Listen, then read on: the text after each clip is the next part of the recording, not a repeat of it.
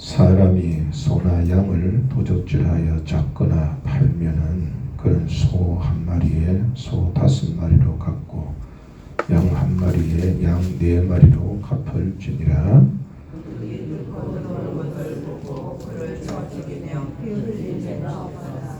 해 돋은 후에는 피 흘린 죄가 있으리라. 도둑은 반드시 배상할 것이나 배상할 것이 없으면 그 몸을 팔아 그 도둑질한 것을 배상할 것이요. 도둑질한 것이 살아 그의 손에 있으면 소나 낙이나 양을 막론하고 갑절을 배상할지니라. 사람이 밭에서나 포도원에서 짐승을 먹이다가 자기의 짐승을 놓아 남의 밭에서 먹게 하면 자기 밭에 가장 좋은 것과 자기 포도원에 가장 좋은 것으로 배상할지니라. 일어나서 가시나무에 댕겨 납작이나 거두지 못한 곡식이나 밭을 세우며 불러온 자가 반드시 배상할지니라. 아멘. 1절에서 4절까지의 말씀은 도둑에 대한 처벌 규정입니다. 1절 말씀을 보면은 도둑이 만일 소나 양을 훔쳐서 그것을 잡아 죽였거나 돈을 받고 판매했을 경우에는 계획적인 범죄 행위로 간주해서 몇 배로 배상해야 합니다. 소의 경우에는 무려 5배, 양은 4배나 갚아줘야 한다고 말씀하고 있습니다. 그리고 4절에서는 도적질하는 것이 살아있을 경우에는 소나 낙이나 양을 막론하고 갑절을 배상해야 합니다. 도둑은 반드시 배상해야만 합니다. 3절에 보면은 배상할 것이 없으면은 그 몸을 팔아서라도 그렇게 배상해야 된다고 명시되어 있습니다. 2절, 3절의 말씀은 정당방위에 대한 말씀인데 도둑이 어두운 밤에 침입했을 경우에는 그 도둑을 주인이 쳐서 죽일지라도 죄를 묻지 않습니다. 그 이유는 야간의 경우는 도둑의 무장 상태나 또한 어떤 의도인지 알 수 없기 때문에 매우 생명이 위험하기 때문입니다. 이웃의 도움도 받기가 어렵지요. 그러나 낮에는 도둑이 침입할지라도 적침입해서 그를 죽일지라도 정당방위를 인정하지 않습니다. 왜냐하면은 밤에 비해서 낮에는 위험 요소가 적기 때문에 주인의 재산권보다는 도둑일지라도 그 생명권을 더 중요하게 여기고 있기 때문입니다. 비록 도둑이라 할지라도 하나님은 생명을 소중히 여기신다는 것을 알 수가 있습니다. 우리에게는 도적 이렇게 좀 이렇게 세상에는 좀 이렇게 천하게 여기는 사람들이 있잖아요. 그러나 하나님은 한 생명 한 생명을 매우 귀히 여기신다는 것을 우리는 살펴볼 수가 있습니다. 예수님께서도 이 땅에 오셨을 때에 보통 사람들이 하찮게 여겼던 그런 사람들, 약한 사람들, 무시당하는 사람들, 그런 사람들, 소외당한 사람들을 주님은 오히려 소중히 여기셨지요. 사람도 사람들에게 무시는 당하지 아니할지라도 힘든 일, 어려운 일을 이렇게 겪으면은 자기 자신이 굉장히 무가치하게 여기죠. 나이가 들거나 실직을 하게 된다거나 여러 가지 이제 어려운 일을 당하여서 사람이 자꾸 이렇게 어려움을 겪다 보면은 내가 살아서 뭐하나 그런 이렇게 마음도 들고 사람 자체가 굉장히 자기 자신을 무가치하게 여길 때가 있어요. 그러나 하나님은 어떤 경우에도 우리를 무가치하게 보지 않습니다.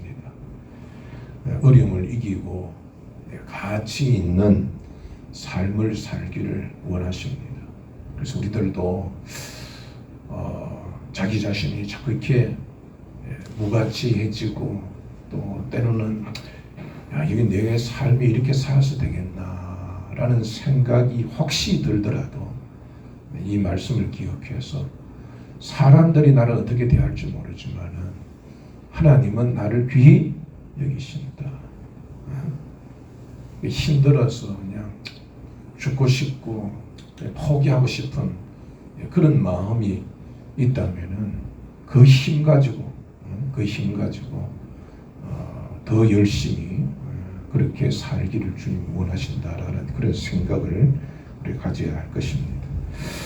5절에는 자기 가축이 남의 밭과 과수원을 침입해서 작물을 마쳤을 때에는 배상해야 된다는 내용을 담고 있고, 또한 6절에서는 불을 놓다가 실수로 타인의 밭에 이제 불이 번지게 되어서 피해를 끼칠 경우도 역시 가해자가 배상을 해야 한다는 내용입니다. 5절과 6절은 우리 이제 그 이전에 있었던 그 21장에 있었던 그 내용과 같이 손해를 끼친 만큼 손해를 배상해야 한다는 동해복수법의 원리를 적용하고 있습니다. 그러나 1절에서 4절의 경우에는 이 도적질의 경우에는 동해복수법의 원리를 적용하지 않고 있어요. 그러니까 이에는 이 눈에는 눈, 이게 이제 동해복수법이라고 했죠. 해를 당한 만큼 돌려주는 것, 그것이 이제 동해복수법인데, 다른 것들은 뭐 이렇게 사람이 소가 소를 죽였을 경우 때는 법이 거의 비슷한 그러한 죄를 적용시켰지만 이 도적질의 경우에는 이게 그것을 살아있는 채 갖고 있으면은 2배, 죽였거나 팔았을 경우에는 4배나 5배가 아주 적용하고 있고, 또 도둑이 밤에 침입하다가 개 죽음을 당하여도 침입할 때에는 개 죽음을 당할 수도 있는 이런 굉장히 무거운 법을 적용하고 있다는 것을 우리가 살펴볼 수가 있습니다. 그러니까 동해복수법보다도 더 엄격하다는 것을 볼 수가 있죠. 그 이유는 이 도둑질은요, 이 사회의 전망을 좌우하기 때문에 그래요. 이 도둑질이라는 것은 어떤 본문에 보면은 양과 소, 가축에 대한 규정이 있지만은 우리 이제 8계명에는 도둑질하지 말라는 이제 그런 무엇을 도둑질하라는 게 명시되어 있잖아요. 하여튼 도둑질을 해서는 안 된다, 그렇게 명시하고 있어요. 그리고 어떤 것도 이 도둑질은 해서는 안 된다. 왜냐하면 이 도둑질이라고 하는 것은 국가의 존망이 달려 있고 사회의 존망이 달려 있기 때문에 그러합니다. 여러 가지로 이제 도둑질은 작은 일부터 큰 도둑질이 있겠지요. 그런데 이제 그 도둑질 중에서도 가장 무서운 도둑질이 부정부패입니다. 부정부패가 있는 나라는요, 망합니다. 절대로 그 나라가 선진국 될 수 없습니다. 부정부패가 사라지지 아니하는 한 그 나라는 새로워질 수도 없고 더 잘 살 수도 없고, 약한 사람들은 점점 더 어렵게 살 수밖에 없습니다. 왜냐하면 여러분들, 이 부정부패를 하게 되면은 만약에 제품을 만든다고 합시다. 우리도 이제 제가 이렇게 20대쯤 돼서 직장생활 했을 때에는 우리도 이제 제조회사에 나가 있었는데 떠들어오는 사람들이 엄청나게 많아요. 소방서부터 경찰서, 시청 하는 관계되는 사람들은 다 와요. 다 와서 그걸 뜯어가. 어떤 핑계를 세무서서 와서 뜯어가지고 한 20여 군데에서 뜯어가더라고요. 그러니까 제품 제조 비용이 1,000원이라면은 부정부패해서 뜯기는 돈도 그만큼 들어가요. 그러니까 제조 비용이 어떻게 했어요? 단가가 높아지겠어요? 낮아지겠어요? 높아져. 그러니까 경쟁력을 가질 수가 없어. 그러니까 어떻게 여러분 그 물건을 좋은 물건을 만들어서 좋은 가격에 팔 수가 없어. 그 다음에 여러분 우리도 이렇게 이런 일들이 저 중국 같은 경우에 보면은 우리가 보면은 공공시설 같은 거 이런 기관시설 도로라든지 다리 이런 것은 굉장히 중요한 거지, 그죠? 항만, 터널, 그리고 이제 우리 공공시설 같은 것이나 주택 같은 경우에도 이게 뇌물 같은 게 들어가면은 제대로 된 대로 이게 설계한 대로 바로 할 수가 없어요. 그 안에 들어가는 제품도 이게 질이 낮은 걸 들어갈 수밖에 없고 그걸 또 뽑을 수밖에 없고 그러니까 안전할 수가 없어요. 다리가 무너지고 길도 조금만 가면 험해지고 후진국가 보세요. 제대로 된 게 거의 없어요. 북한 같은 경우에는 돈 가지고 안 되는 게 없다라죠. 그 어려운 사람은 살 수가 없어요. 살 수. 그리고 더 나은 단계로 열심히 해서 더 잘 살 수 있는 길도 없습니다. 선진국이 되려면은 제일 먼저 해야 될 것이 부정부패가 없어져요. 도덕질이 없어져야 그 나라의 기초가 세워집니다. 그래서 하나님께서는 소가 사람을 죽이거나 가축끼리 싸워 죽이거나 하는 것과 도덕질의 차원을 이렇게 다르게 보시는 거예요. 뭐 그거는 그냥 그대로 갚아줘라. 하지만 도덕질했을 경우에는 매우 중하게 그 벌을 책정하신 것을 보면 합니다. 근데 왜 이제 하나님께서 그렇게 하셨을까? 그 도덕질은 사람들이 왜 이 도덕질을 하게 되는 것인가? 첫째는 도덕질은 탐심이 있으셔. 탐심. 성경에서는 욕심이 잉태하여 죄를 낳고 죄가 장성하여 사망을 낳는다 그렇게 말씀하고 있습니다. 욕심을 품은 사람이 도덕질을 하게 되는 거지. 둘째는 이제 믿음이 없기 때문에 이제 도덕질을 하게 됩니다. 하나님은 없는데도 있게 하시죠. 그러니까 하나님을 믿는 사람은 일용할 양식을 주실 것을 믿고 하나님 잘 섬기면 때를 따라 은혜를 베푸시죠. 그러니까 이른 비와 늦은 비를 주셔서 그렇게 그때 때에 맞춰서 하나님께서 우리를 적절하게 인도해 주십니다. 그래서 믿음이 있는 자는 과연 도덕질하지 않아도 염려하지 않고 그렇게 주님 은혜로 살 수가 있습니다.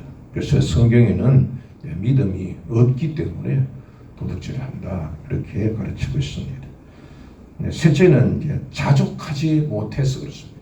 자족해서 사람들 가운데 있어도 이렇게 돈도 있고 생활 형편도 괜찮은지 도출한 사람들이 있어요.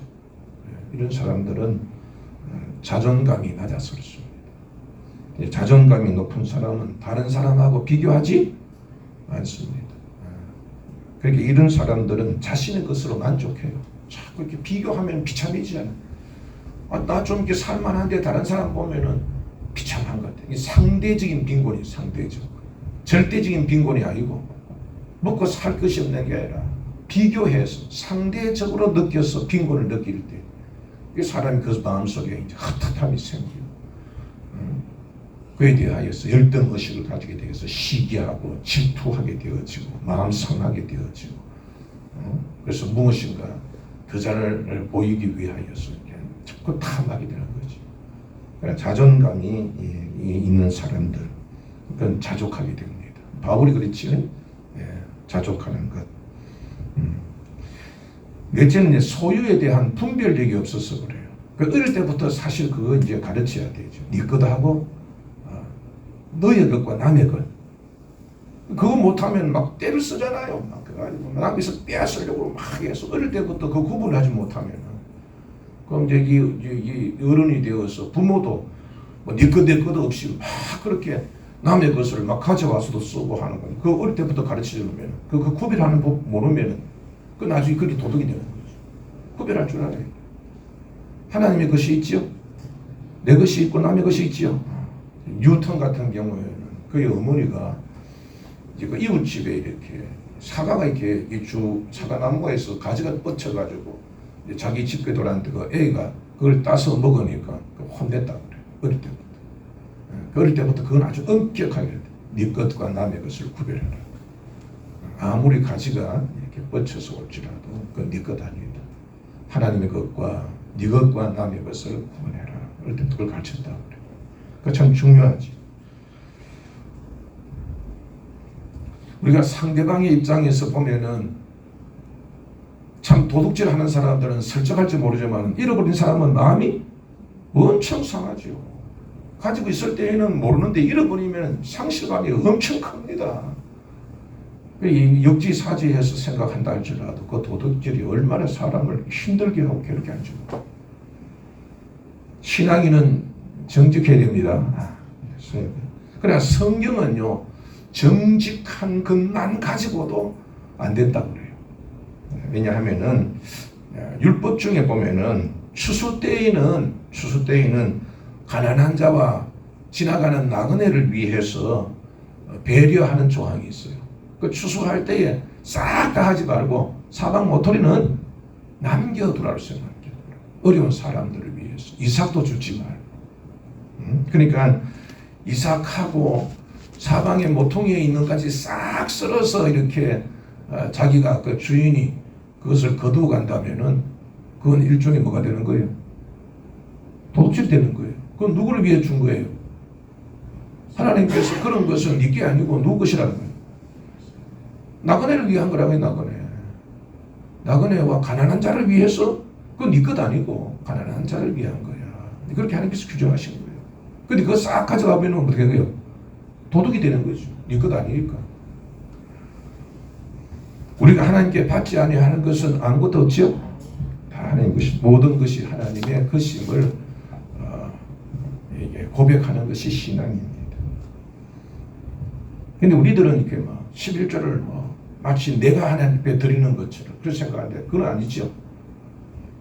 다 하나님께서 우리에게 주신 것 다 주셨는데 하나님께서 다 주신 것으로 인정하는 표로 하나님 앞에 드리고 떼어서 먼저 떼어서 떼어드리는 거죠. 나머지를 하나님께서 주시는 거죠. 나머지를 우리 주는 거 우리가 하나님께 드리는 게 아니라고 사실. 하나님 주시는 거지. 주시는 거지. 그에 비하여서 그와 같이 가난하고 어려운 자들도 이건 네 게 아니고 이 전부가 네 게 아니고 그거는 네 게 아니다. 11조도 하나님의 것이고 어려운 사람을 돕는 것도 그건 네 것 아니다 라고 떼놓고 그 다음에 하나님께서 이제 이건 네 것이다 그렇게 주신 것이라고 봐야 되지. 그래서 이제 에베소 4장 28절에서도 도둑질하는 자는 다시 도둑질하지 말고 이걸 끝나는 게 아니라 돌이켜서 가난한 자들을 구제할 수 있도록 자기 손으로 수고하여 선한 일을 해라.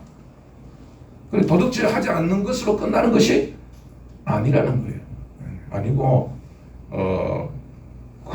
가난한 자들을 구제할 수 있도록 자기의 손으로 수고하여서 선한 일을 해야 된다. 그러니까 하나님 것도 드려야 되지, 그지? 그러나 이제 구제하고 전도하고 한 그것도 그건 내 것으로 생각하시면 안 돼요. 그것도 마땅히 해야 하는 일이다. 그렇게 성경은 규정하고 있습니다.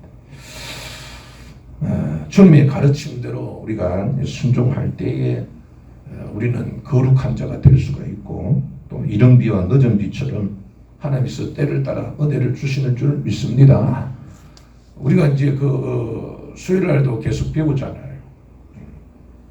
세상에 있는 애굽에서 사는 사람들이 살아가는 방법하고 하나님 백성이 가나안 땅에서 사는 방법하고 다르다고 했죠.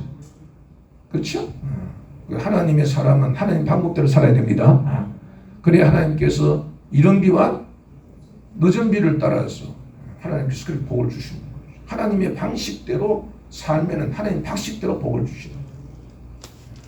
그래 우리가 이제 하늘나라 사람이 세상 사람처럼 살면은 그게 이제 뭔가 이렇게 맞지 않겠지.